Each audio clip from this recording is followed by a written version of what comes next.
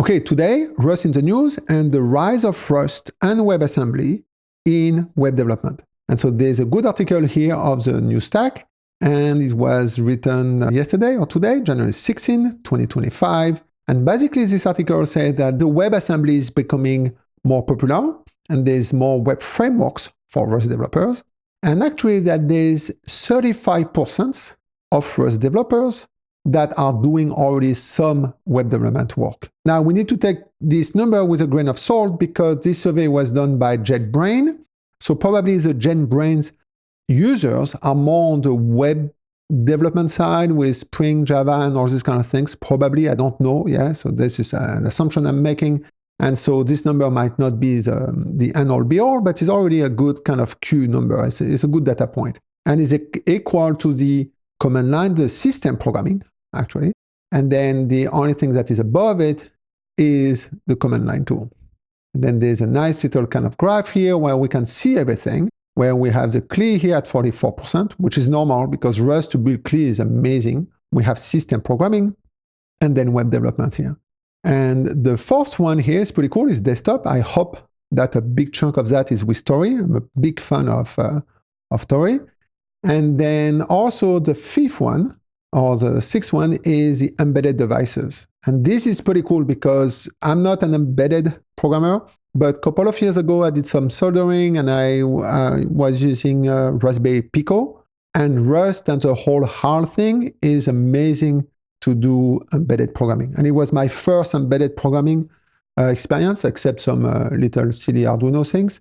And it was actually very interesting how the type system of Rust can go hand in hand with the constraint of the Raspberry Pico processing unit. So there's a processor, and then for each pin you have a little things and so on. So it's pretty cool. And then the type kind of make it all of that safe. So which is pretty impressive.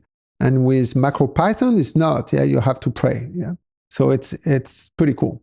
And then we have the games and everything. So that is a good chart over there. So now, the thing also, the other numbers that are interesting is that 19% of web developers say that they deploy to WebAssembly. Now, the things I'm a little bit confused about this article, and if you know, feel free to add in the comment, is that they are talking about compared to 77% to Linux, 43% to Windows, and 36% to macOS. So that is where I'm getting confused. I don't understand how you can develop a web app. So like when I develop a web app, the cloud is always Linux. So I wouldn't see 30%, 36% of people running macOS on the server. Yeah, that would be weird. Even this one will be very weird in 2024. And so I think that that is client only. But then after I'm saying, well, when you do a web, if you are a web developer, you develop for any OS on the client. So there's something here I'm not computing. If you know what they are talking about, feel free to add in the comment. And then obviously there's kind of a lot of space to grow for WASM, for web development. Now, my take, and that is just my perspective, is if you want to manipulate the DOM and you do an application where you create DOM elements or this kind of thing and stuff, doing in JavaScript or even TypeScript, because TypeScript is JavaScript, yeah, it's close enough, then you will be closer, you will be more native in a way, ironically, than if you do it in WASM. Because WASM doesn't go to the C++ engine, yes? Every time they want to have your WASM, so the processing is via C++, the WASM runtime, which is C++ below or whatever. But then when you want to manipulate the DOM to add buttons or make things move or whatever, you have to go to JavaScript again.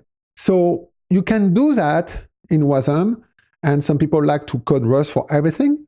I'm the biggest proponent of Rust, but I don't believe in universal hammer. So the problem of coding the whole UI in Rust, compile it to WASM and manipulate the DOM via WASM is not super efficient.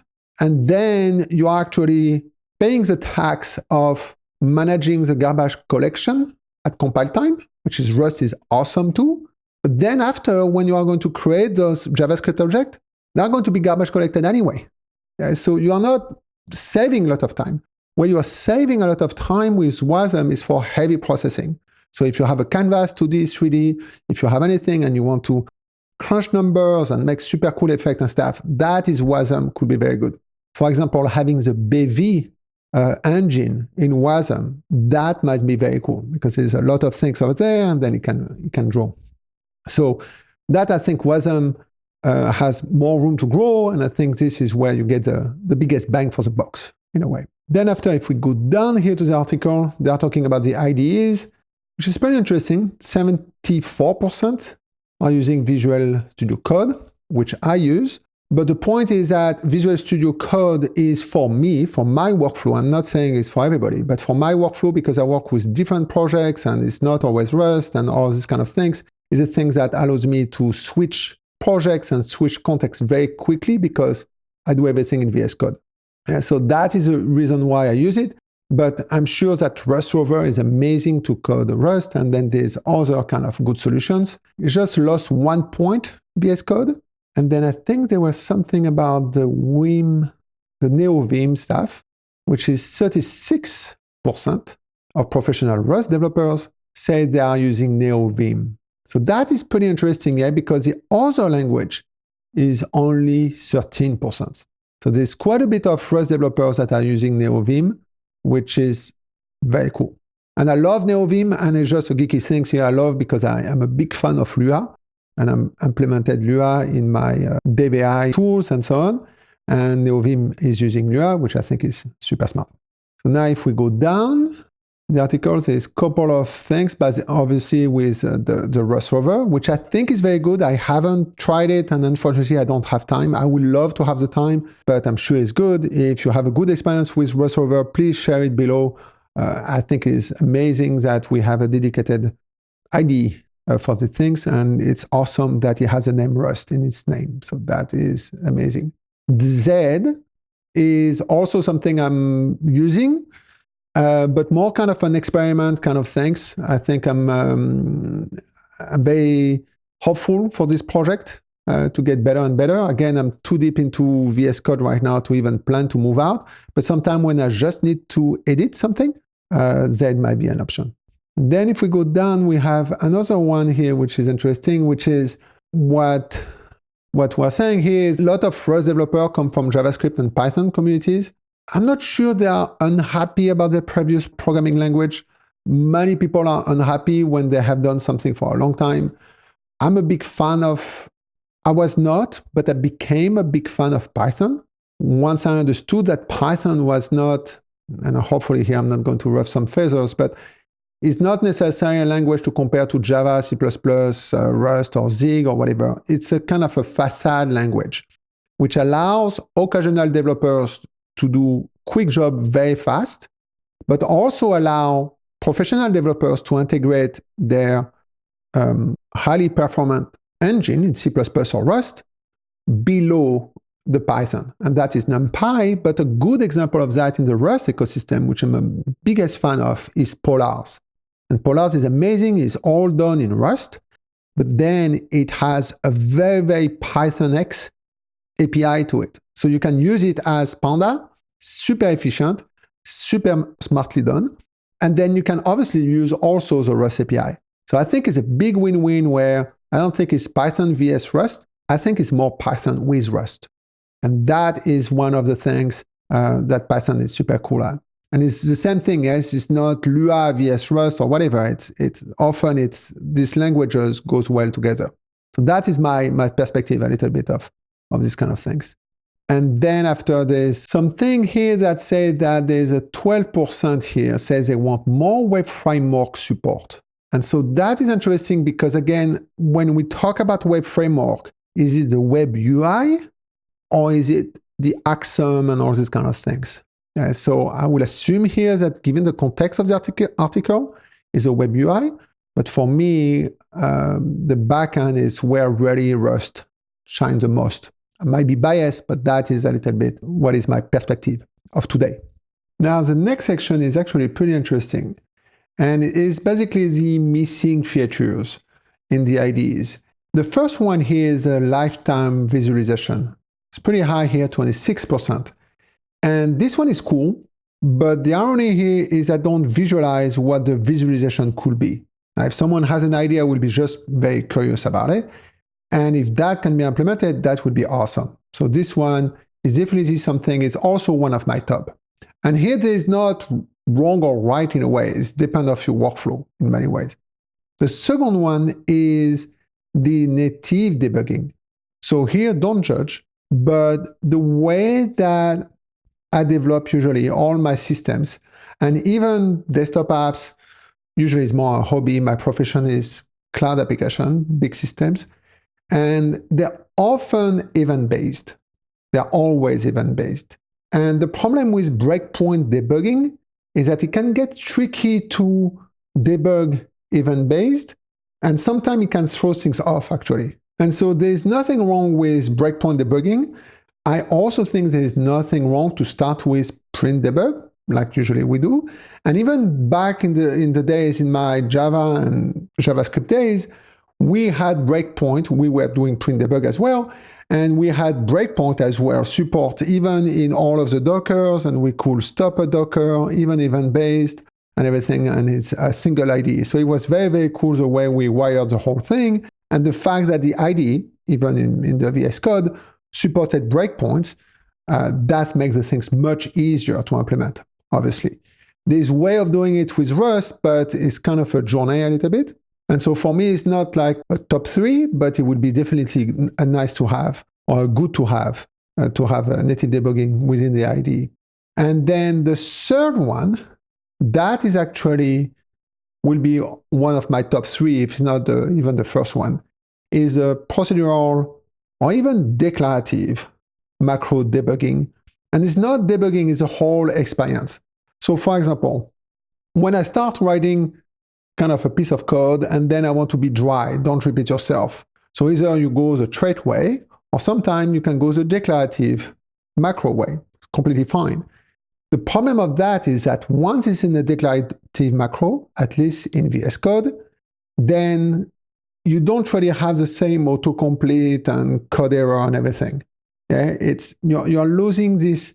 I'm not going to call that debugging, but this experience, this verification experience. And also sometimes when you have crates, one thing that I love about Rust is that you can option click on your type to find all of the types within your crate or within an external crate and so on. And that is awesome. It helps me a lot. Actually, really go to the Rust doc. That is my workflow. The problem of that is when a type is generated with even a declarative macro, then it's the end of the line in a way. So that is a little bit unfortunate. I'm not sure how it could be fixed, but that would be amazing if the tool could do that. I think Rust Rover does a little bit a better job there. And there's where I did a video here of how you can wire things up in VS Code or even with a terminal to have this experience, and that works pretty well. Then the fourth one here is the web framework support. And again, every time I'm getting confused with web framework, that might be a me problem again.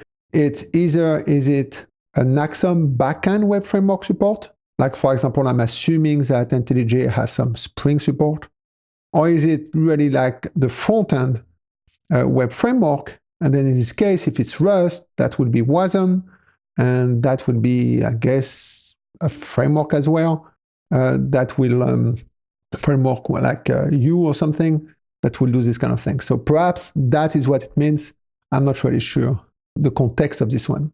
Now, the cross-navigation refactoring, that is not one of my top one. WebAssembly, I'm not doing a lot of WebAssembly as of today. Docker support. So this one is a big one for me because we do cloud production system in Rust, and you want to be able to package your runtime, obviously on Docker and or container, and run them and being able to have kind of live development, really iterative development, so sub-second kind of thing. And the things that you don't want is all of your multi-services to have to recompile everything. Because often what you are going to architect, at least the way we do, is our services, multi-service architecture, is that we have crates and we have services, we have all our services, and then we have our create libs where we have shared libraries. So we don't want all of our services, Docker image, to recompile all of the shared libs. That will be just waste. And because Rust is pretty heavy at compile, that is true, that will be a lot of work on your local. Cloud people will be, hey, you can do it in our home here, but then you give them a lot of money. I have a good computer. I want to be able to compile a lot on my local. So the trick here on this one is to have in a way, one Docker, which is the same environment of all of your services Docker, but that Docker will be the builder in a way when you do local development. And then it will build the things, put it somewhere, and then the other one will just do a map. And this way you have a very iterative way of doing your development while you are still optimizing the way you are building. That is a problem that we don't have when we do JavaScript or even TypeScript, because it transpiles to JavaScript, and the JavaScript is cross-platform, obviously, so you can have the host, Mac, creating your JavaScript, and then it will run in your Docker. Same thing for Java. You can have your host creating your Java bytecode, and then on Mac or Windows, and then it can run in a Docker that run on Linux. That is kind of compiled language, like Rust, like Go. We have this kind of thing that we need to manage, and that is something I'm working on here. I'm not sure that the IDE will solve it this way, and I'm not sure that an IDE way, for us at least, and I'm not saying for everybody, will work for our development, because we tend to have what I'm calling a Kubernetes-driven development, where we maximize the proximity between development and production environment. So this is not really an IDE problem per se. Yeah? But that is just our approach. There might be other approaches that are pretty good. Then embedded development, that is not my profession, so I'm not an expert in that. In a couple of years ago, a year and a half ago, I played with that. I soldered a little bit, and I did Raspberry Pico, which is a microcontroller, pretty cool, the version 1. And Rust was amazing for that, because that was my first exposure to microcontroller programming.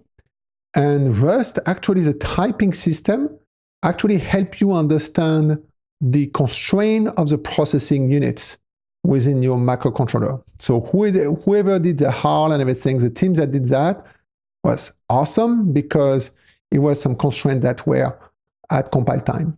And then when I was doing MacroPython, I said, hey, how come I can do all of that in MacroPython and on its Rust? Actually, MacroPython, I couldn't do it. It's just, you feel like you can do it because it doesn't prevent you, but Rust actually prevents you. So it's not only the whole model of Rust actually works very well as well for embedded. So I'm not really an expert, so I don't know if there's limitation or not, but from a first glance, that was awesome. The experience was amazing. Now, the other one is a repo here. And one of the things that I have a lot in my videos is a Cargowatch, and now I'm using Bacon as well. I still use Cargowatch for some use cases, Cargowatch install, and even Cargowatch test, because it works better with the no capture. And the point of this one is, while Cargowatch is not really like a repo, because it's not a hot reload of whatever runtime, I'm not sure I even want that, because there will always be corner cases, and I don't want to goof around with that. What I want is to have an iterative way, which is when I press save, recompile, restart, and then I'm back testing something within a sub-second. And when I say sub-second, it could be a second and a half or a second or whatever, but no more than that. And typically, for all of my use case, I manage to be quite there, because I can do a cargo test of one particular thing, and even if it's in a crate or something, it's isolated enough such as a compiler can do its magic here from a granularity standpoint. So for me, this will be always better. I don't need and want the hot reload in many ways. So even when I do a Tori app, I can restart my Tori. So if I work on the UI on the web, that can be hot reloaded. And then when I restart the Tori, yeah, it's a couple of seconds, let's say, but it's manageable. And if I want to do the test, I can do a test to do my testing. And then when I start the app, I have the whole app. So I think for me, REPL is good enough. I wish that there will be a native Cargowatch because sometimes I have stuff on Cargowatch, which is now on maintenance mode that I don't have on Bacon and vice versa. So, but overall, it's not that bad. And then the rest here for us, this is good enough. And then the Lambda, I don't remember, but there's a Rust Lambda something that I've played with a year ago, and it was actually extremely good. It was, so I don't know if this project has been deprecated or not, but it was actually a pretty good thing. And again, this production stuff, honestly, and that is just our development process that we have been doing like big apps for the last 15 years and so on. I'm not sure I want them part of the IDEs. I want them part of the best practices or some toolings or whatever. But this kind of things, which is very cloud-centric, even the Docker and stuff, if you put it too much on the IDE, then what does that mean on your CI, you know, on your Amazon that want to build it? And if you want to automate it. There's one thing here, and it's probably the big elephant in the room here, but as developer, we need to embrace AI. And so when we embrace AI, this means that there's some of these kind of things that we're going to delegate to AI. And so I'm not sure that we want the AI to start screenshotting the IDE and clicking on the IDE. So that's why I'm kind of a mixed bag about putting production things in IDEs. That's just my take. Again, there's not a single truth. Yes, everybody has their workflow. So that was pretty interesting here. So now the next one, which is very interesting and is actually very in line with what I was saying before, is what types of apps are best for Rust and WASM.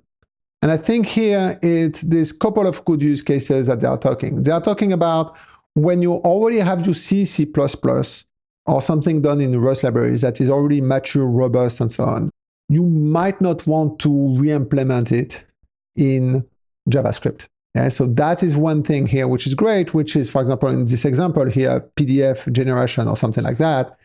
It's a lot of bytes and stuff done in a processor in a way that doesn't need the context of JavaScript or whatever.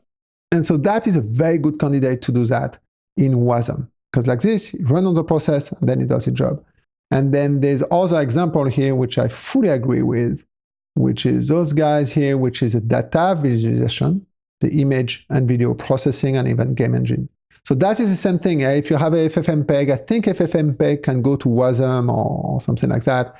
But the point is, if you have heavy processing, which is a byte processing, and then it just goes to the JavaScript once in a while when you have finished your job, then it's a very good candidate to do in Rust. So data visualization, images, video processing, and so on. So for example, for real-time data visualization, I wouldn't do something that manipulates the SVG, go back and forth with the SVG DOM.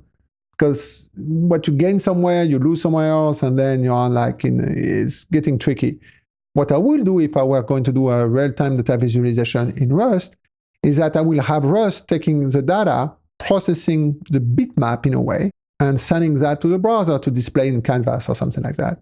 In fact, I'm not saying that that is the use case because I don't know the size, but you could even use a game engine like kind of things like Baby to do these super interactive things on the client side. Yeah? So that is one thing that can happen. But all of these use cases is tricky because you have web GPU on the thing, so you want to make sure that you can use web GPU as well. So there's many considerations here when you are going to go WASM, okay? Because WASM is a VM and you are constrained with what this VM is doing. Even if this VM is very performant, the reason why it's performant again is because it doesn't do much. Yeah, so it can really optimize what it does, and it's very good at what it's doing, but it doesn't do everything. So that is kind of the balance here that we need to find, but I think that is pretty good. And one of the statements is Rust won't be replacing JavaScript. I think the anytime soon is just a figure of speech, because even later, I don't see it replacing Rust. It's two different things. If there were kind of a C++ API where you could bypass the whole dumb JavaScript kind of dumb things, perhaps, yeah, but that is not what that is not what a browser is. And so then you will have to basically do a new web toolkit kind of things, or toolkit things, which is another kind of discussion here. So I completely agree here that the two, if you just do DOM manipulation for your application, it's probably JS is the best bet. You can do it with Rust and everything, but you know, it might not be as optimum and you might get more complexities that you get value of. But if you have some very isolated processes, Rust can be amazing. So anyway, so that was a pretty good article. There were some good numbers over there. Again, these numbers, they're part of one survey. It's not that they were biased, it's that their community is one community, so the numbers are skewed. They're always skewed, yeah? And with that, that will conclude this video. If you like this format and this kind of take with a lot of insight and my perspective, please comment so that I know I can do more of those. And then big thanks to Crab Nebula for the sponsorship.